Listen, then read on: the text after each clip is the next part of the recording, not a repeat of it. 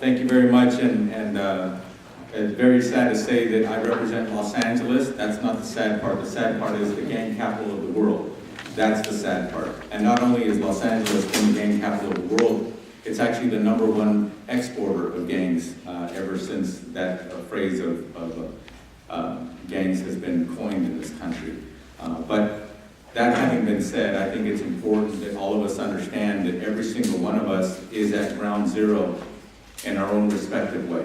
Because ground zero is about us making sure that we do not perpetuate the wrong way to treat our children. The #1 incarceration place on the planet, the United States of America. The only place on the planet that a child can get sentenced to life without parole, the possibility of parole, the United States of America. Those are just some examples of how far we've drifted away from the right path when it comes to educating our children, nurturing our children, and thank God for outcome-based programs that now do exist in the country, and the fact that we actually have tremendous evidence that shows that a juvenile's brain is not an adult brain, and therefore a juvenile truly, truly, truly does deserve an opportunity for a second chance. And not only a second chance, within that second chance, to be remanded to programs and good people who know how to work with that juvenile, who know how to get that person to understand that they are okay, that they're not broken.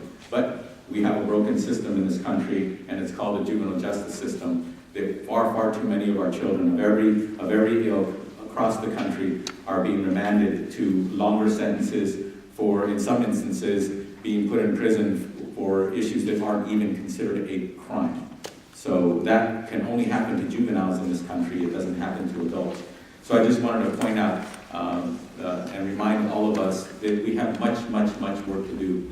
But the beauty of it is that more and more in this country, and certainly here in Washington, D.C., we're having forums like this, where in some cases we may be preaching to the choir, but at the same time, we need to make sure that we understand that there's a choir of 535 very powerful people here. It's called 100 senators, United States senators, and 435 congressional members that by and large on any given day we're voting on things that we're very ignorant about. And I say we, including me. But fortunately for myself, this is the issue that I've been working on for 18 years now. It was 18 years ago that I got elected to the state legislature in California, and this became my #1 issue. Why? Because this, to me, was the #1 issue hurting my district that is by and large 80+% minority.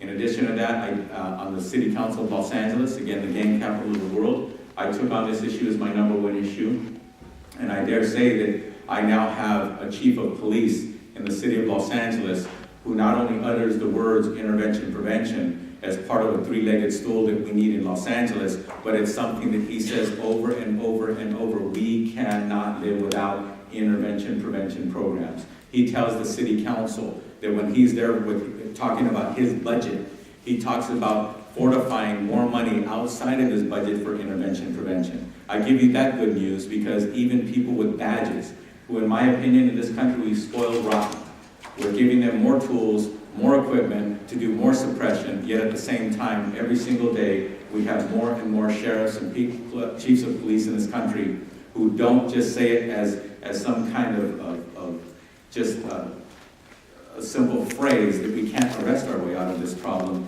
They understand now that it takes social programs, it takes counselors, it takes other people to have to deal with this issue. I just wanted to share a few of the things that are forefront, not only on my mind, but I'm sure on your mind. But more importantly, we all need to understand that we are, not that we need to be, the people in this room are the ambassadors of truth. We are the ambassadors that need to make sure that we are no longer going to be the incarceration capital of the world. That we are no longer a country that can actually feel as though it's okay to have laws that allow us to incarcerate juveniles without the possibility of parole. That isn't the way it exists today. It will stop. In our lifetime. In our lifetime, it will stop. But the only way that that's going to happen is if we don't stop. How many of you have been burnt out? How many of you have thought about throwing in the towel? I raise my hand.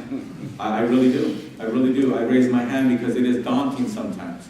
But yet at the same time, what we need to understand is that we are on the right side of truth. we are on the right side of truth. And now we have professors who can also reiterate that and prove to people who say that we are wrong, and some of them are on the panel here today. We have people who are part of organizations, thank God, that have found an opportunity to have good, strong funding, that are actually funding not only studies, but actually funding outcome-based programs in communities around America, that we are turning the corner. Believe it or not, we are turning the corner. And I truly do believe that now that some of us elected officials have moved away from that idea that longer sentencing and getting tough on crime, that's not as popular today as it was in the 1970s and 80s. And in the 1990s, it was still kind of strong. And I think since in this new century, it is not the case anymore. So I just wanted to be here to welcome all of you. Also, I think one of my colleagues who's been a champion longer than me, and someone that I look up to, Congressman Bobby Scott, I think is going to come by and say a few words as well. What's sad to say is that right now there's only 4 partners in crime on this issue. We created a juvenile justice caucus, and there's 2 Republicans and 2 Democrats. And but I'm determined to grow it. And please don't be disappointed if we don't have 40 yet. Because the idea is not to grow it by just having people sign up and say, yeah, where do I sign? We need to make sure that we have members who are committed and who make sure that they understand this issue, and that we really have the kind of dialogue amongst us as congressional members that we need to have to make sure that people understand as congressional members that this is an issue that we need to address.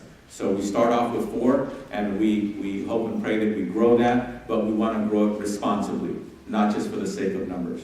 So with that, once again, I just want to thank you all for coming, and it's been wonderful working with the National Prevention Science Coalition. Thank you so much for your leadership, and to this wonderful panel who probably knows more than I do, but after today, all of us are going to be at a much higher intelligence and understanding about what we can do and what shall be done. Thank you so much.